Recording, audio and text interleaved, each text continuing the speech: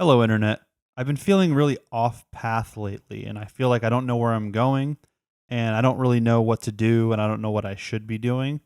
But I had a realization today that I wanted to share with you guys that really helped me, and it might help you too. So let's think about this not in a metaphorical sense, in a literal sense. If you're on a path somewhere, there's a good chance that you know where it's going. And if you don't know exactly where it's going, you at least know that somebody at some point knew where it was going because that's why the path exists. Either it was created or so many people have taken that path that it was created. Does that make sense? Obviously, it makes sense. It's super basic, nothing insightful here. But if you were to start to veer off that path and go into the woods on your own because you felt compelled, something pulled you there, you know, that doesn't necessarily mean that what you're doing is wrong. It just means that you have to figure it out on your own. There was something that me and my sister talked about years ago. I'm sure you guys have heard of The Secret, manifesting, all that stuff. I was super into that stuff in like the early 2010s. And there's something that they say in The Secret that I kind of adopted as, something that is real and I have to reference it often. My sister feels the same way, and we talked about it recently, and I realized that I felt different than I did, 15 years ago or whatever. But basically, there's something that they say, I'm paraphrasing, but it's basically like the universe sends you signs and it sends you messages. And if you ignore those messages, eventually those messages go away. And then you don't have messages, you don't have guidance from the universe anymore. And that sounds very profound because it's a way to encourage you to stay on your path. It's a way to encourage you to keep going and to trust your intuition. That's a lot of The Secret is trusting your gut and following your intuition, and that's what's going to lead you to where you need to be. There's definitely some good stuff in there. There's some stuff I don't agree with, but by and large, I realize that this is something that my mind has changed about. So I don't think that anymore because currently I am not getting any signs from the universe. At least that's how I'm perceiving it. I'm not getting any messages. I'm not getting any direction. And the reason my mind has changed is because I don't feel like I'm doing anything wrong necessarily. I just don't know what I'm doing. I don't know where I'm supposed to be going. But maybe it's because I'm going somewhere that isn't just a clearly laid out path in front of me. Does that make sense? Like, if you're going to the store, you can look it up on Google and there's a specific route to get you there. There's other ways that you can go to get there that might be more fun and might be more entertaining, like the scenic route. So, who's to say that I'm not just taking some sort of scenic route in my life? Because I choose my own self preservation on a daily basis. I don't put my goals and my idea of the life that I want to live, I don't prioritize that over the life that I'm currently living, ever. If you watch my channel, you've heard me say some version of that many times. Real life is the most important thing. Your daily life, your daily lifestyle is the most important thing because that's what your life actually is. Ideas are not your life. Your lived experience is your life. Ideas can lead you to a lived experience that aligns with what you are more so trying to do. But, if you're miserable pursuing something and getting nothing back from it, then what are you doing? Do something else. Do something you enjoy. Now, some people thrive in the grind. I get that. Some people enjoy it. I'm not talking about those people. Those people are doing what they're supposed to be doing because that's the lifestyle that they are choosing. For whatever reason, that's up to them. But I don't know. Also, another thought I had regarding all this is like, why do we always have to be going somewhere? You know what I mean? Why do we always have to be traveling? That's not a normal human thing to be traveling constantly. That's why people that, tour for a living or whatever, they get burnt out because it's fun and it's like, I'm sure it's like a fruitful lifestyle to an extent, but it's also extremely exhausting. And eventually people don't want to do that forever. So they find some version of their life that makes sense where that's not what they have to do constantly to survive. And again, some people love it and some people just commit to that and that's fine. That's not me. It's not who I am. I like to feel like there's not constant pressure on me to do something. I don't like obligations. I don't like societal pressure. I don't like people's perception of me and what I'm supposed to be doing.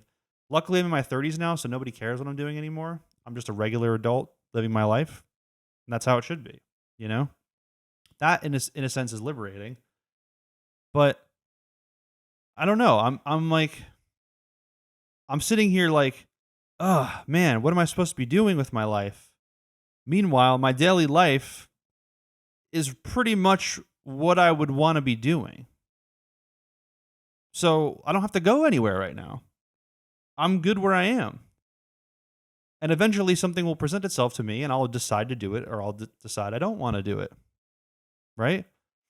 Like recently, one of my friends who is a filmmaker who I respect greatly, he's a very talented artist. I've worked with him in the past. He asked me to do a score for him for his first feature length movie. And I was so excited to do it. And I was so pumped to work on it.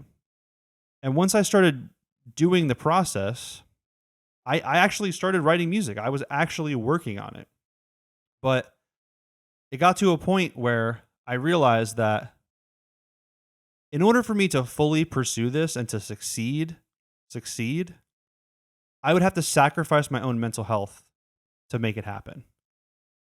And my mental health has been up and down forever, but the past couple months, it's been sort of going back down a little bit, which is okay. I know how to spot the patterns now and I know how to work with myself.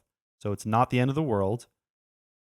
But in order for me to get through my days, just doing the bare minimum, like working, taking care of my house, doing my chores, paying my bills, enjoying my life, seeing my friends occasionally, all the basic normal things. I'm not living an exceptional life by any means. And I have no problem with that. But in order for me to live my unexceptional life, just that baseline, I had to tell him I couldn't do it anymore. And it was a really hard decision for me to make because one, I wanted to do it. My ego wanted to do it. I wanted to have that credit. I wanted to have that, thing I can put in my resume or whatever. Just something that I can be like, I did this. Because that's how I feel about the short film that I did. It was really hard, but I enjoyed it overall. And it was during COVID, so I had a little bit more like free time, I guess. But this was a much larger endeavor. And I respect this person greatly. And it was really hard for me to admit to myself and then tell him that I was stepping away from the project because I had to prioritize my own well-being. And, we're still friends. Everything's cool. Like we were friends way before we started working together on art. So it's not like, I lost a friend. But also, if I lose a friend because of this, he was never my friend in the first place. So it would have been okay. Again, that's not the case, but all I'm trying to say is I get caught up in the fact that I've been making art and music my whole life, and I feel like I have nothing to show for it. But maybe it's because that's not what I'm prioritizing. I'm not prioritizing what I have to show for anything that I do. I don't have a lot of money. I'm 33 years old. I had to borrow a couple $100 from my parents to pay for food this week because I didn't budget properly. I'm not the most responsible person in the world. But I'm also not taking advantage of all the people in my life. There's people that live their lives just taking advantage of people constantly. And they're okay with that because they think that they should just get what they want. And they don't care what that leads to. And that's just not something that I can live with. Like I'm going to pay my parents back when I get paid again because I can't have that sitting on me. I'm very grateful that I was able to borrow some money so I can eat for the next week and a half. But just because they can give it to me doesn't mean that they should. You know what I mean? Like, if I was really struggling and I couldn't pay my rent, they could not pay my rent. You know what I mean? So it's not like I'm living off of them, but because of my own, my own shit that I deal with internally, it's hard for me to like depend on anybody ever. I feel like I should be 100% independent for my entire life. But that's also not realistic, and that's also anti-human. It's anti-social behavior to think that you should be able to do everything by yourself. And that's something that I fall into very regularly, and I think it's a really slippery slope. So, yeah, just a reminder for people watching, this channel is just me documenting my thoughts and my feelings on a weekly basis for the rest of my life.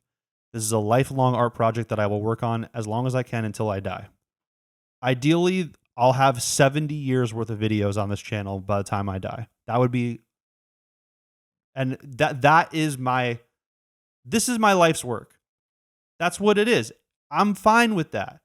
In my head, it makes sense, but in the moment, it doesn't feel like it. Because right now, I'm just talking to a webcam in my room by myself. This doesn't feel like I'm doing my life's work, but it's because it's all going to add up over time. Who's calling me? Oh, my dad's calling me. So I'm gonna end this video. I'll see you guys next week. I got to talk to my dad. Hey, what's up, Dad?